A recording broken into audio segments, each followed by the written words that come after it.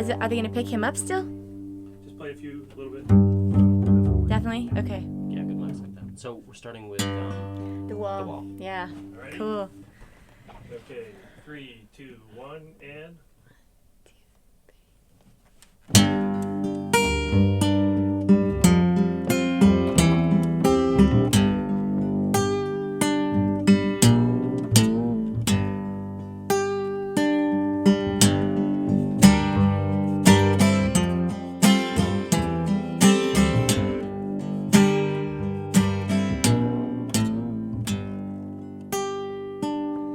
Why do we build the wall, my children, my children? Why do we build the wall? Why do we build the wall? We build the wall to keep us free. That's why we build the wall. We build the wall to keep us free. How does the wall keep us free? My children, my children, how does the wall keep us free? How does the wall keep us free? The wall keeps out the enemy, and we build a wall to keep us free. That's why we build a wall. We build a wall to keep us free. Who do we call the enemy? My children, my children.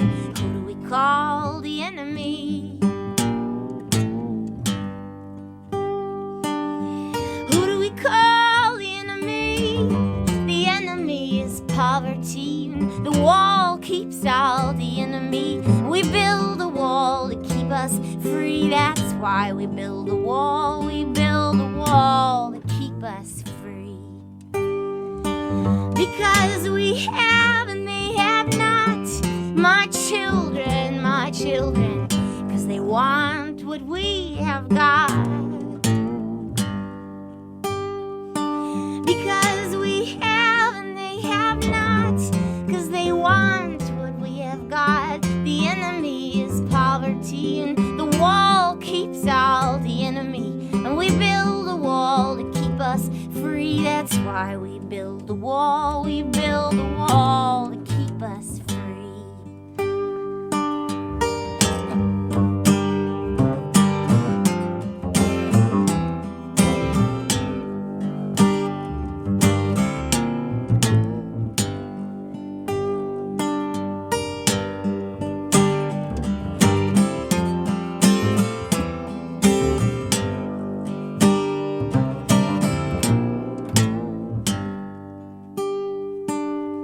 What do we have that they should want? My children, my children. What do we have that they should want? What do we have that they should want?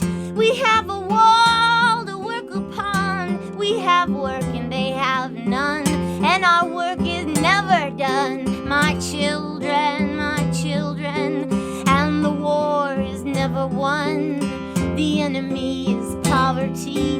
The wall keeps out the enemy. And we build a wall to keep us free. That's why we build a wall. We build a wall to keep us free.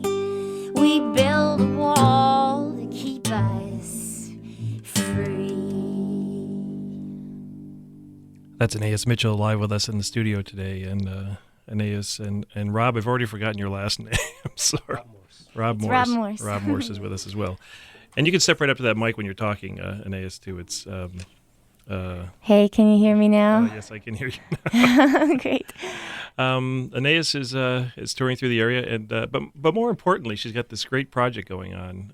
It's something called Hadestown, which is is it a folk opera? Is that what you are calling it? Yeah, we're calling it that. I don't know if it's the best term for it because there's a full band, and there's a great score written by my friend Michael Chorney up in Vermont. Mm-hmm.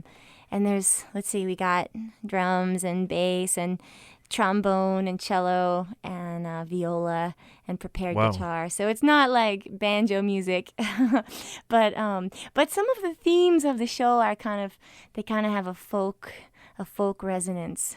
It's, First of all, I guess we should explain that it's a retelling of the Orpheus myth, which I promised myself I was going to go online and kind of recall all the details that I've forgotten all these years, but you can help me with those. Whatever inspired you to kind of write this long form piece? I mean, you're a singer-songwriter, and you kind of do what singer-songwriters do, which is write individual songs. What kind of inspired this greater breadth? Right. Oh, that's a good question. I guess the piece kind of started to write itself. I mean, like I started writing some songs that were a little far out, and I wasn't sure what they were about. And then they seemed to want to sort of be about this one particular story, which I've always sort of loved. But I guess that once I got rolling with it, what was exciting to me was just the idea of telling a story with a cycle of songs. And I find that maybe it's just me, but I don't know. I go to a lot of songwriter shows. I love songs. I love the form. But even my favorite songwriters, I tend to get I start to get fidgety after, 45 You're not supposed to minutes. admit that as a singer-songwriter. Yeah. But I was so confused because I noticed that happening to me, and yet at the same time, I'll watch a terrible movie to the end. You know what I mean? Interesting. I start watching it, 10 minutes in, I realize this is a terrible movie, but I can't stop because I hold on to the belief that it's going to pick me up and put me down in some other place at the end. And story is powerful that way. I think that you don't want to stop Right. the unfolding of a story. It is a power story, and the fact that the Orpheus myth is here thousands of years later, and it's something that you're retelling in your own way. Do you stick strictly with the myth? Are you trying to find new perspective on the characters? Are you it's an interesting thing several thousand years later to retell, because it was based on beliefs, but kind of those beliefs in ancient gods and ancient places. I guess they still resonate in a universal way. Yeah, I mean, absolutely. I think they do. There's tons of Orpheus shows too. Every 5 seconds, somebody's emailing me like, "Hey, did you see this new Orpheus show in New York or whatever?" So it's definitely still going strong as a story, as a myth.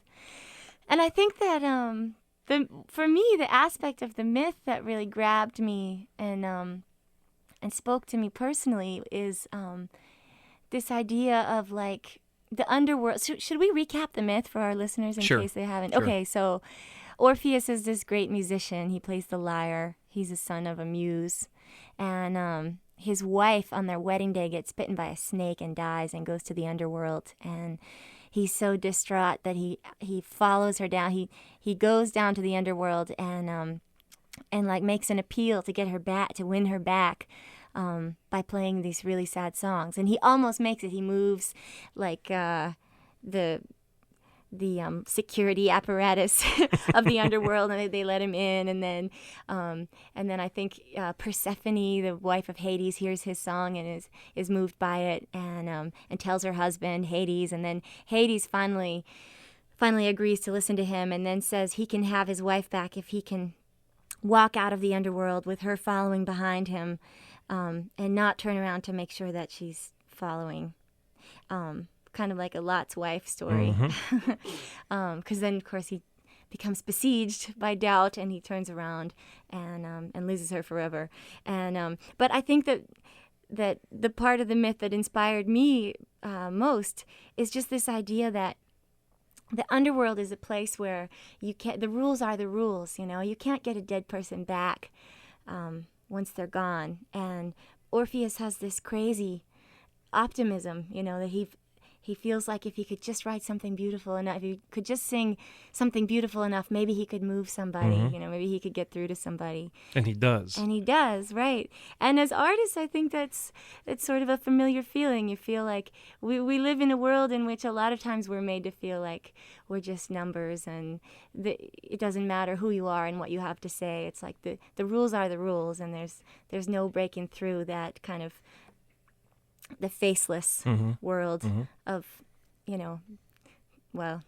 the market and the state and all of that stuff. No, I totally understand. I mean, it's totally understandable why a musician would be drawn to the story. I mean, it's a story that obviously everyone could relate to. But for someone who creates music, it obviously is even more interesting piece because it kind of speaks to what you do, you know. Right, for sure. I guess the question would be the doubt I would have as a musician is, you know, how do I represent that, you know, with music of my own? So I'm sure something you've dealt with too. Yeah, I know what you mean. Well, actually, I found that it's been a total challenge and a really fun challenge to like get into the heads of these different characters and write songs that are not Anais Mitchell songs, you know, but a Hades song. Mm-hmm. But I found that Hades was a much easier character to represent than Orpheus. You know, Really? I'm still struggling with how Orpheus would express his thing, because in this version of the show, there's a lot of, like I was saying, we have some kind of folk symbolism going on, and it's set in this sort of a post-apocalyptic American Depression era, kind of a company town thing. So there's a lot of like the old-fashioned kind of symbolism of the 1930s and stuff, but sort of a futuristic version of that. And so there's certainly a political, like I guess you heard in that last song. Yeah, I love that song. I've heard you do it before, and it's just it's you know, that obviously has meaning that resonates through many generations. I hope so. Yeah, that's one of those songs I wrote so fast that I didn't really feel like I could take credit for it. I think the thing I find interesting about it kind of reminds you of the old "This is the house that Jack built." You know, that whole repetitive adding on nursery rhyme kind of thing. But it's you know, obviously much darker and, you know, frightening about our own human condition, that, you know, the wall is the center of the thing and we have to make the reasons for building the wall. So it's just right. It's pretty freaky. Yeah. So the Hades, like a lot of Hades' stuff, is this kind of, it's sort of a political logic that's not one that I espouse, but one that it's like it's easy to put into words. Whereas Orpheus's thing is much more emotional and cutting right to the core, which I think that's hard. It's hard to approach that. Yeah, always hard. I think it's hard as an art. We're talking to Anais Mitchell, who is out touring around as she always does, but she's also worrying about mounting this kind of a really interesting, amazing project that she's working on called Hadestown, which is a retelling of the Orpheus myth from a different perspective. And you want to play one more for us, and we'll talk a little bit more? Yeah, okay. Sure. Well, maybe we'll do this song. This is a song that Orpheus and Eurydice sing, and this is actually while they're ascending from the underworld, and she's walking behind him, and he becomes convinced that she's not really there and stuff. And it's called Doubt Comes In.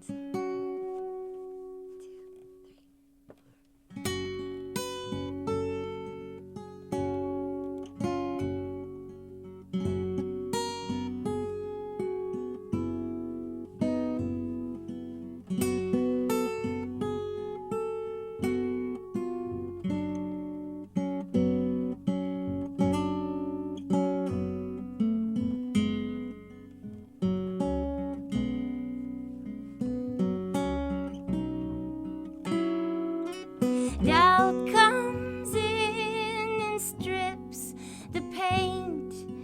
Doubt comes in and turns the wine. Doubt comes in and leaves a trace of vinegar and turpentine. Where are you? Where are you now? Doubt comes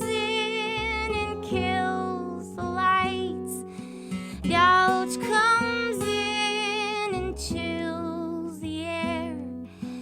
Doubt comes in and all falls silent. It's as though you aren't there. Where are you?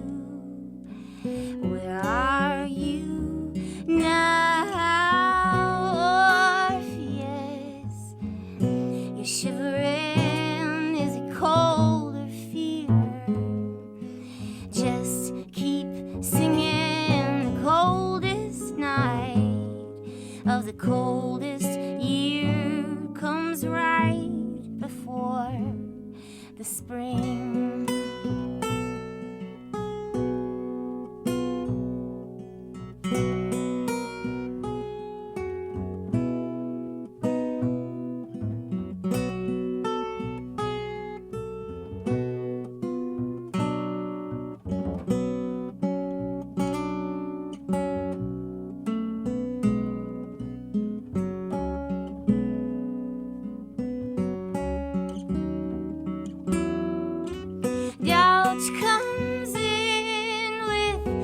tricky fingers.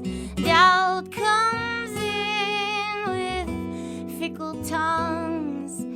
Doubt comes in and my heart falters and forgets the songs it sung. Where are you? Where are you now, Orpheus? Hold on tight. It won't be long, 'cause the darkest hour of the darkest night comes right before the dawn.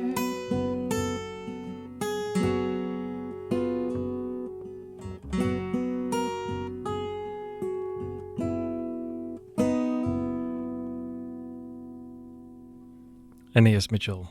That's beautiful. It's really great. Thanks. It's got to be a tough project because it's different than going on the road by yourself or going on the road with a fellow musician or two. Yeah, for sure. To mount this. So what are some of the challenges that you've faced in turning this set of songs into a book and into a play and into a performance? Right. Well, it's been a challenge, but also so totally worth it that this show is as collaborative as it is, As I said, Michael Chorney is writing this score, this whole orchestrated thing for 6 instruments, and then we have a crazy director who comes out of the Vermont, northern Vermont bread and puppet scene. His name is Ben Matchstick, and we all, I think, it's hard to create a piece together. Like Ben always has crazy ideas, like, oh, why don't we just put this song, in this other part of the show, and I have to think, does this work musically, and does it work dramatically, and stuff like that. So, but it's so worth it. Like, it really feels fun to be creating something that feels like a sum greater than the parts, and we put it up last year. With a company of let's see, so there's the band and then about 6 main characters and a 3-piece chorus. So, and this year there's even more people in on it. The company is probably 20 people altogether. Wow. So, and so where is this performance going to go? When is it? When and where is it? We're going to tour. We're doing a national tour of Vermont. And that will take us to, we'll start in Barre, Vermont. Should I actually tell the dates? Can I say the dates? Yeah, because I think people, Vermont is not that far away from anybody in this listening area. That's true, but actually we're playing in Boston too. Okay, well, Boston's probably even further than Vermont. I think You're kidding, really? Well, I think people, I'm talking for people as if, I represent them. But, Vermont is an easier ride for me than it is to Boston, because Boston's Boston, and it's, a bit of a nightmare. So. Right, that's true, too. Well, I'll just, I'll list the dates. So we're going to open on the 29th of November at the Barre Opera House in Barre. And the next night will be in Rutland at the Paramount Theater. So that's the 30th. And then the 1st of December, I'm pretty sure, it just is coming through now, but we'll be in Bellows Falls, which is probably the furthest south town that we'll be in. And that's close to us. We're actually doing some work with Kernhattan Homes up there, so I know how far it is. I've driven up there several times in the past couple of weeks. So, oh, right. And it's a great little town. And are you doing it in the theater downtown? It's actually the Opera House, which is I think in the town hall. Yeah. Okay. So then the 2nd, which is a Sunday night, will be at the Somerville Theater. Wow. In Boston. Wow. I know. I'm a little nervous. That's a huge space, but so beautiful. So you're traveling 20 people. You're traveling costumes and sets and actors and actresses. And it's like bringing a Broadway show on the road. Yeah. Are you trying to freak me out? No. I'm just, I produce videos, so I know what it's like to get people from place to place. Yeah, so, you're right about that. Yeah. And going to Boston is certainly, and down as far as Bellows Falls means we're going to have to put people up and stuff. Whereas the other show, everyone's pretty, radical, game kinds of people. So I think they're willing to sort of schlep around. And so from a practical level, if people want to buy tickets, they have to buy them from the venues where they're having them. It's there's not like a central source where. There is actually. The whole tour is sponsored by Higher Ground, which is kind of like the big rock room in Burlington, Vermont. So Alex Crothers at Higher Ground is promoting it. So if people want tickets, they can go to highergroundmusic.com. That's all one word. And on another practical issue, I know because I received the email, and I think this is an amazing idea to be able to be an angel for something that you believe in. You're looking for sponsors to take the show on the road. Yeah. and although we can't talk about actual prices or price levels, I mean, if someone were interested in being an angel and making a small donation to help you mount this thing and get it on the road, and to be recognized in some way, because you're saying to people that if you do make a donation, there will be some recognition. What can they do? Well, I suppose the easiest thing is all that information is on my website. Okay. And there's also, so and my website is anaismitchell.com. It's a fun website too, because it's driven off of a menu that's this cool little picture of you sitting in a chair with a lot of stuff around you. Right. Yeah. I guess I should also mention the MySpace site. There's so Hadestown has a MySpace site, which is myspace.com/Hadestown Opera. And I think all the information is on there. And what we're looking for, essentially, I mean, we're gonna sell tickets to the shows, and we're gonna pay for the venues that way. But what we're looking for donations for really is just the overhead of mounting the show, which is like we have to rent rehearsal space, we have to pay for the sets and the costumes, for the director. There's plenty of costs just associated with the creative aspect of it, and people have been really generous so far, and it's just awesome. It feels great. So more practical questions. I'm sorry, I have 100 questions. Go for it. Oh, yeah. Will you be recording a soundtrack, album? What do they call them for Broadway shows? They're the soundtrack, I guess. Right. Yeah. That's definitely in the cards. It's I'm trying not to think about it until this run of dates is over, just because we have so much work to do. This is the final practical question, and then we could go on. What is your part in it, other than having written the entire set of songs? Oh yeah, I play Eurydice. Oh, you do? Okay. Yeah, she's not the main character, but she's got some tunes of her own. And I should finish announcing the dates. What do you think? Oh, I'm sorry. Yes, please do. Yeah. Okay. So that was the first weekend, the last weekend of November, and then the weekend after that will be at Johnson State College on the 6th of December. And where's Middlebury that? College. That's in Johnson, Vermont. Okay. It's up north. Mm-hmm.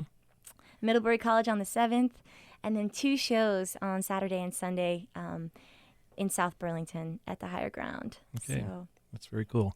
We're talking to Anais Mitchell, who is, you may all know as a singer-songwriter, and she's now kind of taking on a different role, a new role for a folk singer, maybe. One of composing a play, a musical of sorts, a folk opera, I guess is what you've been calling it, called Hadestown, which is a retelling of the Orpheus myth, and it's going to be put up for the second year now, but with a bigger cast and a bigger stage, and with more songs, and with more songs. Arrangements, and more sort of a more fully realized staging sort of plan. It sounds very exciting. I can imagine how it's overwhelming. Yeah, but it's so in a great fun. way.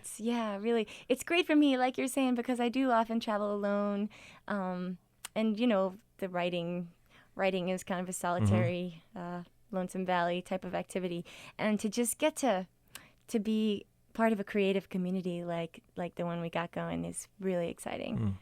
So we do another song from the show for us? Yeah, totally. Anais Mitchell live with us in the studio. We're going to do a song now that is a duet between Hades and Persephone. It's a little bedroom conversation, and Persephone's trying to convince Hades that he should listen to Orpheus's song. So. 1, 2, 3.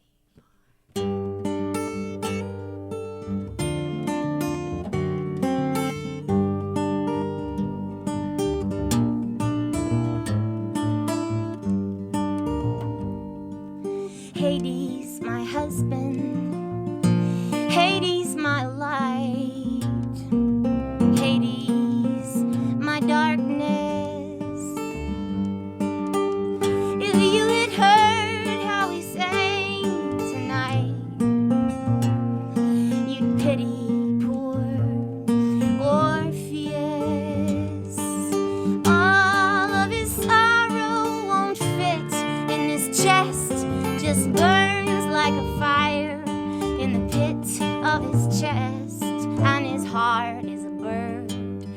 on a spit in his chest. How long, how long, how long, how long, just as long as Hades is king. Nothing comes of wishing on stars. Nothing comes of the songs people sing. However sorry they are, give them a piece and they'll take it all. Show them the crack and they'll tear down the wall. Lend them an ear and the kingdom will fall. The kingdom will fall for a song. What does he care for the logic of kings, the laws of your underworld? It is only for love that he sings. He sings for the love of a girl. You and your pity don't fit in my bed. You just burn like a fire in the pit of my bed. And I turn like a bird on a spit in my bed. How long, how long, how long, how long, just as long as I am your wife. It's true, the earth must die. Then the earth comes back to life, and the sun just goes on rising. And how does the sun even fit in the sky? It just burns like a fire in the pit of the sky. And the earth is a bird on a spit in the sky. How long, how long, how long? Anais Mitchell with music from Hadestown, and that is going to be mounted at the last weekend of November and the 1st of December Yeah, you got it. throughout Vermont and Boston. Thank you so much for taking some time off and coming up today. And let's just remind people again of where they can find tickets to the show, first of all. That would be Higher Ground. Yeah. So it's highergroundmusic.com. Okay. And I think there's a phone number and stuff on the website, so they could look into it. And if people want to be an angel and be part of the process with you, they would go to your website, which is Anais Mitchell, which is ANAISMITCHLL.com, right? Yeah, that's it. Cool. Yeah. Well, thank you so much for coming Thank up today you, and Ed, taking some so time. much for making time for us. It's really exciting, and break a leg. Thank you.